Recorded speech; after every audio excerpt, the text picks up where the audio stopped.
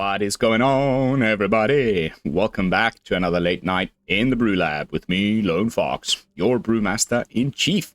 And tonight in the BrewLab, I'm coming at you with a very, very worthy version 4 of a deck that I've been loving, for a while now. Hence the subsequent different versions. Every time, little update, little upgrade, little tweaks, and it just seems to just keep getting better and better and better. And this version is no exception to that rule. I'm talking, of course, about Dark Forest, which is my way of calling mono black, which splashes a little bit of green. So it is a Golgari deck, but it's mostly the good mono black cards with a couple of like splashable green alternatives, which kind of patch up some of the holes in the color pie where mono black struggles to deal with things like artifacts and enchantments. By including green, no longer a problem. So without further ado, let's jump into tonight's brew. Dark Forest V4, and the deck box gives it right away. I mean, the main new addition, and there aren't many new cards in this particular brew, but the main new one is the Mosswood Dreadknight. This is now my desktop background. The artwork is so freaking sick. I found one from Ryan Panacoast himself, or Pancoast, on his Twitter. So it was like the full resolution one, and it's such a beautiful piece of art, as Ryan always does. This one is replacing what used to be the Tenacious Underdog in the deck, and there's some thing to be said about, whether, which one is better, which one is worse. They're both 3/2s. They both can draw you cards. When you do draw cards, you lose life. So, they're very similar in design, but there's some slight differences. And anyway, this is the newer card, so of course I'm trying to showcase as many new cards as possible. But I think, I don't know. I'm 50-50. They're both obviously amazing. This one, on that turn 4, if you don't have a Sheoldred to play, then you can go, do the Dread Whispers, the sorcery side, draw a card, lose on life, and play the 3/2 trample. It's not a bad turn either. And then, if it dies, it ends up in your graveyard. You can cast it as an adventure. This was a part that I definitely misread during spoiler season. So you can't recast. I mean, you can, because that's what happens with adventures, right? Essentially, it can never die as long as you do it before the end of your next turn. You can cast it as an adventure until the end of your next turn. So you have to first recast Dread Whispers, then it goes into your adventure zone, and then you can recast it as the Mosswood Dreadknight. And this thing just keeps on coming back, continuously drawing you cards. The trample has actually been pretty good. The fact that it's got 3 power, it can block nicely against mono red and whatnot. They really have to, they end up having to use one of their lightning strikes or play with fires that they would much rather send to your face on getting rid of this threat that just keeps coming back and keeps coming back. And it's been phenomenal. I mean, my experience of the meta right now, okay, it's early days. Not everybody has the ability to craft the entire set on day one. So the obvious, easy mode option is to just upgrade your mono red deck and keep destroying the ladder with that. So my experience of the early days, lower diamond ladder, have been one of just an obscene amount of mono red decks. And we do struggle a tiny bit, I'm not gonna lie, but we do have a fair bit of life gain to mitigate the life loss that we're gonna be getting from the Mosswood Dreadknight when we draw cards, from the Evolved Sleeper when we draw cards with it, as well as the Phyrexian Arena. You need to really be careful, because you can quite easily just kill yourself. So for that reason, we've got things like the Graveyard Trespasser. We know how that gains you life. We've got the draw triggers from the Sheoldred, which, of course, if you, have Sheoldred on the board and then you pay the, do Dread Whispers, you lose 1, gain 2, still get to draw a card. It's not terrible. Same thing can be said about Phyrexian Arena. But then we've also got the life link that we can put on our creatures through Gix's command, as well as the life link on the Phyrexian Fleshgorger. So quite a bit of life gain, actually. It's been just enough. And most importantly, like, this has been actually fundamental in, like, really pushing this deck to the next level, at least as far as I'm concerned. Restless Cottage. This, like, definitely is my favorite man's land from the cycle. I've been playing with all of them. This one's actually proper good. Like, the Graveyard Hate, the food token, guys. It saved my butt against, you know, just me having my own arena on the board for too many turns and losing life and not finding the way to gain it back or whatever. Last minute, you can just attack in with a Restless Cottage and, you know, get that food. Mitigates a little bit of that life loss. It's been phenomenal. Yeah, I don't feel the need to talk too much more about the rest of these cards. We all know what they do. The main reason for splashing green is really Tear Asunder. But yes, the Mosswood Dreadknight's a cool new addition, and I do like, you know, Glissa is also a great 3-drop that, alongside Tear Asunder, is going to ensure that we keep those pesky Enchantments players under control. There's plenty of them still. And I've noticed the initial, like, signs of change in that list. People going more for the roll tokens and auras and things. I cannot wait to give that a try, so stay tuned. But that is it as far as this particular BrewTech. Oh, sorry. I skipped the most important card. Couple copies of the End. I think this is like, it's going to be like a 2 of index period. Like, you're playing black, I think like 2 of these at the most, and no less than is the sweet spot, and you should be playing it. It's just insanely good. Creature or planeswalker can end up only costing you 2 mana if your life total is 5 or less. Exiles a thing. Never will you see it again. You get to exile it from their hand, their library, their buy. Just never ever we see that card again. And I think there's just so many good targets for this. I've particularly loved hitting Wandering Emperors with this card. I think a 2 of in like every deck ever that plays black until this thing rotates out. It's that good. Okay, now I'm done. Let's jump into some games and see how the deck performs on the upper diamond ladder. Honestly, right now I'm like on 70+% win rate. 11 and I think I'm 11 and 3. I've just been slicing through diamond with this one. Hopefully it'll be the brew that takes me into Mythic this month. Of course, I'll show you guys some stats at the end of the video, and if I do hit Mythic with it, then I will update everybody through Twitter, or X, as it is now called. Just kind of going through the motions. It always takes me like a few days to kind of warm up to a new set, figure things out, and, you know, first couple of days felt like, oh my goodness, the only thing that's winning here is mono red. But then, like, now I'm starting to wrap my head around things. It's definitely starting to feel a lot better. The opponent's playing some sweet-ass Galadriel-looking sleeves that have a pretty annoying sound effect. Aha! Hopefully it's not like Azorius Control and it's just mono-white aggro.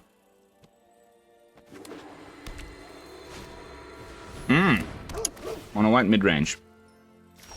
Now, let's see who's gonna be the grindiest of them all.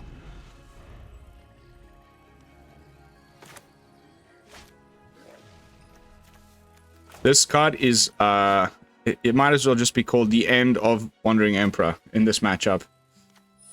You better believe that he's got at least 3 of them in that pile of cards, if it is mono-white mid-range, as I... Okay, why wouldn't you attack? I think I'm gonna play the arena now. While we're still on a high level. They could just get destroyed by like a Lauren of the Third Path or whatever. Wouldn't surprise me. Oh wow, the poor opponent. Okay, so no. It looks like enchantments. That's cool. I'm down with that. Let's get Shelly down. See if the first copy survives. He might just concede if he doesn't draw another land. I feel pretty bad. Okay, ossification. We've got some Tear Asunders waiting. So I think now it's time to jam out a Fleshgorger and hold up both of the throat if necessary. I hope he draws a land. Otherwise, he might concede, and that sucks. I'd rather play the match out. Ah. Well, as I always say, a win's a win. But it doesn't feel as good when you just win to the poor guy not drawing lands. But I'll take it. I'll take it. I'll take it. A little bit late to Mythic this month. I haven't, work has been hectic. I just signed a lease for a piece of land, a lease agreement. Gonna start building my own house next month. Very exciting, but very busy in my real life. Not that this isn't real, but you know what I mean. My real job, my big boy job, is been hectic. But the low season is coming for Bali.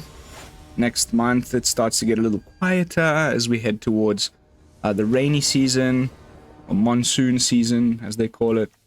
And then after that, it's going to be... Oof, that's a nice hand. And we get to showcase the Dreadknight, finally. Yeah. Low season is good. Not so many guests at the lodge. Rainy days. Great excuse to jam a bunch of arena. Immeasurable Matt. Matt? Whom is impossible to be measured. The immeasurable. Hello.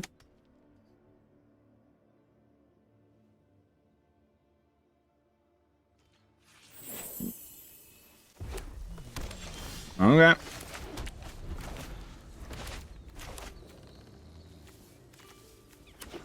Oh, okay. I was expecting mono red. I was like, where's the Kumano? He won't swing because he's holding up that aura. Oh, okay. So, let's try. Jam out the Dreadknight. This gets crazy real quick. This could already be Thundering Raiju. Yeah, nah. I've been working on a Gruul deck myself. I think it's actually pretty ridiculously good. Like, and the fact that this becomes like a +2/+2. Nice. Extremely nice. He's definitely got those spells that protect your guys. So at this point, it's time to just jam out bigger threats than he has and see if we can stave off the onslaught until we can fire off Gix's command or something like that.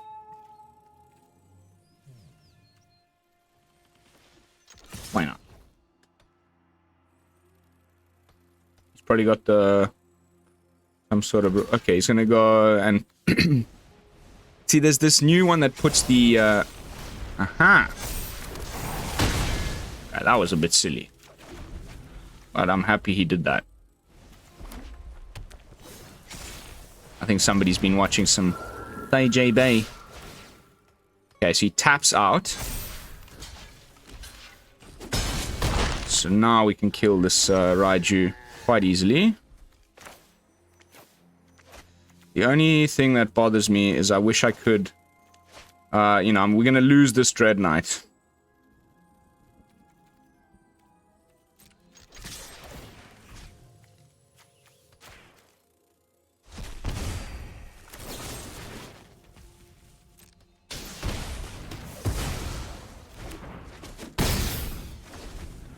That's okay. We got another one. So you see, I didn't do it until my next turn, and so we lost it. But we've got backup Dreadknight. I would love another black source. Jam out a Shelly in this matchup is the way to go about things, I think. So...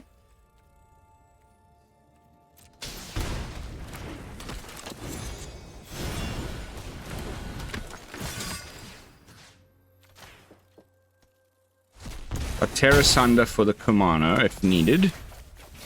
Land, please, deck. Oh. So I guess he can sack it and go face or something? I don't know. Would you really do that? Now he's only got red mana open. So let's go and Tear Asunder. Yo ass. can be activated only as a sorcery? No. That's cool. That's cool.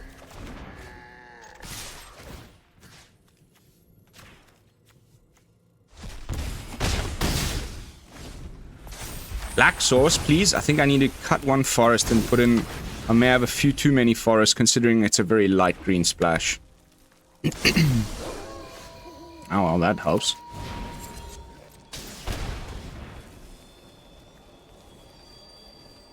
Please, black source. Wow. Pretty crazy, yeah. Think about it.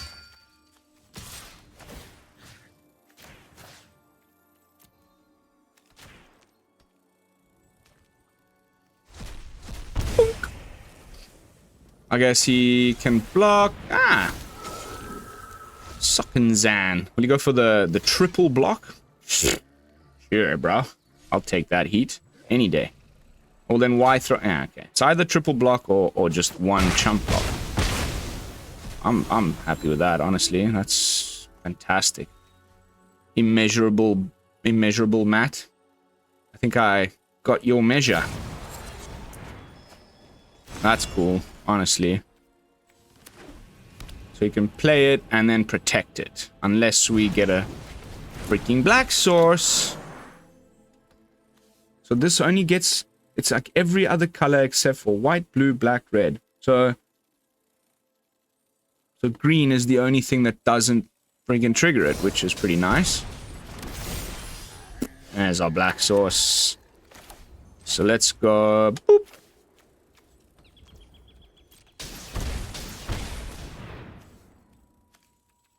Don't you just love it, baby? Okay. Bag of rats. Dark forest. Dark forest.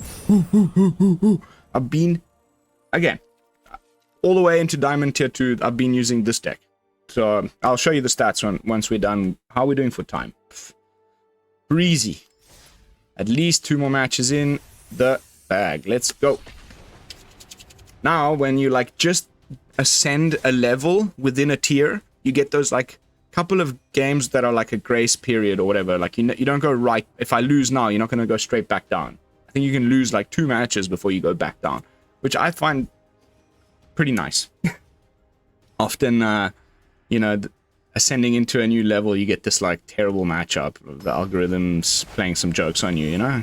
What should be something like, I don't know, mono blue, haughty Jin. El Jefe. Are you the Jefe or are you El Jefe? Of course, you get the hand smoother always just puts the only one-ofs of these lands in your hand, like right away. Of course.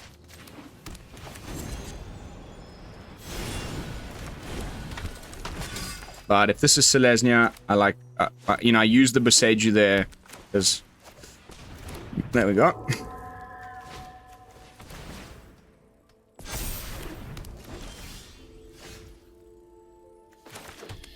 Cool beans, bro.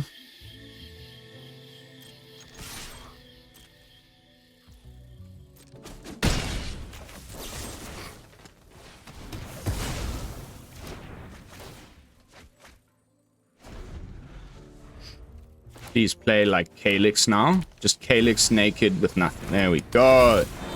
That's my boy. Now, let's go and permanently get rid of you forever. For the rest of the game. Bugger off. Thank you. Bye-bye. Okay, he's got the... he'll probably try and ossify. He's got 2 ossifications. So we can get rid of one of them.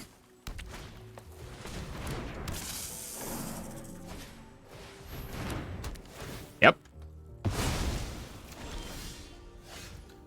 So I think we can just do this. And then we're going to be sneaky. We're going to wait for him to attack with the Weaver, if he does. I hope he does. He may just go for the double draw here. No? Okay. I think we need to save our Tear Asunder for Catilda, unfortunately. I was really thinking about, you know, catching him unawares here. But then we need to get rid of Catilda. That's so frustrating. Anyway, he's got another of those. So yeah, let's do that. Let's go boop and play out a sleeper. And then hopefully he'll like consider using his second ossification on the sleeper. I hate this matchup. Like these, you know, like the ones that are just, they're not even trying to play anything new.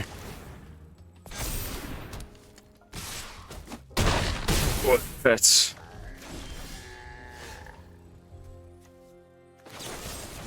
so close. Okay, so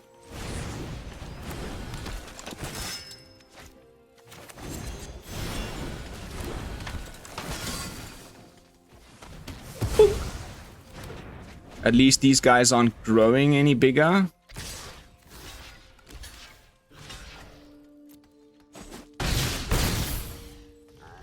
Ooh.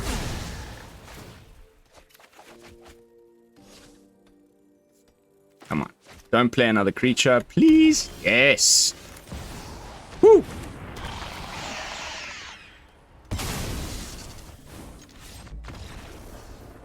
Get out of here, my friend. Get stuffed. Oh, baby. Gotta love it. And another copy of The End was in our hand for only 2 mana because we were so low on life. So, you know, another great target, of course, for that is the... Oh, hello. No, what's it called? Of Transience? You know, the 2 mana one that keeps coming back.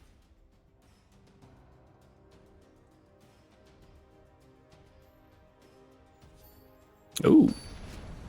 Bunch of friends online. How are we doing for time? Perfect. Cag 425. Bring it on. Glissa making an appearance. That's a fantastic hand. Can sleeper, level up sleeper, play Glissa, and then build up towards oh. Okay, this is the Nemesis. They're quick. Very quick, unfortunately. And they always have the freaking Lightning Strike for Glissa, but not always. Not always. Only about 90% of the time.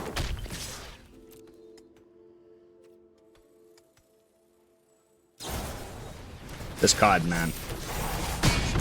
Ridiculous. Ridiculous.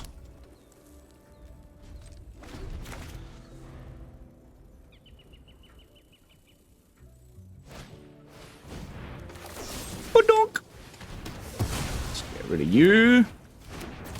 These guys can't block. He's down to 2 cards. This could, oof. Decisions.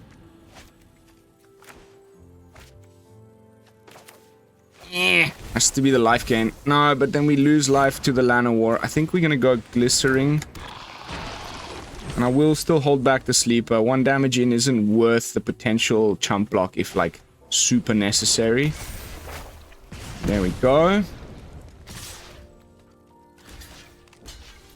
Let's get rid of you once and for all. Yeah, it doesn't matter. Doesn't work that way. First strike.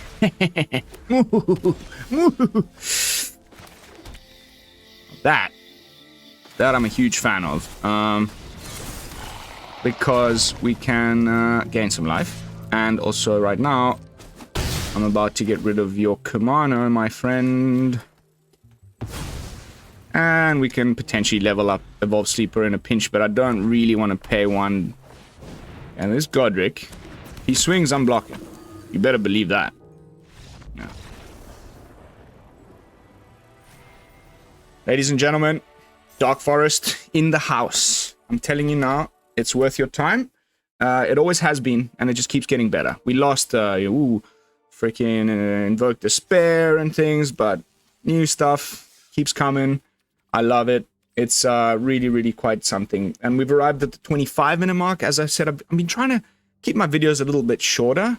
I don't, please sound off in the comments. Did you prefer the 45-minute like format, or are you preferring the like 25 to 30-minute format? I think it's more than enough to showcase what the deck is capable of. And then I can just go on and you know, more brews. I think 25, 30 minutes is my preferred sort of middle ground, but please sound off down there in the comments. Let me know what you think. But yeah, jumping back into the deck with my final thoughts. Overall review. Continuing to freaking slap the ladder. So I'm just going to open up some stats here on the screen for you guys. Boop.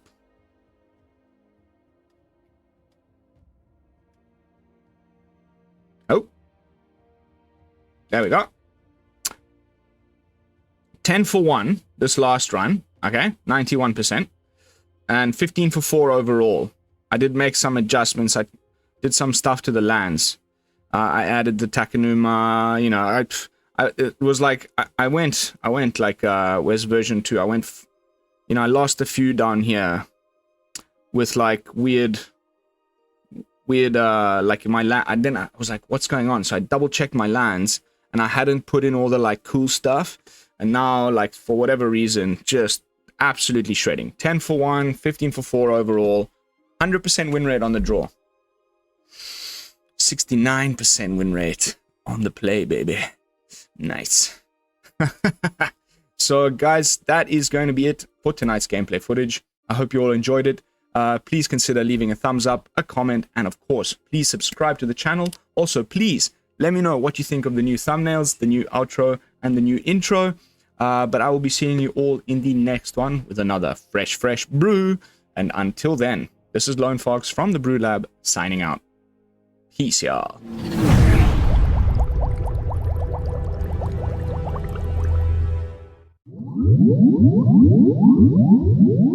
Woo!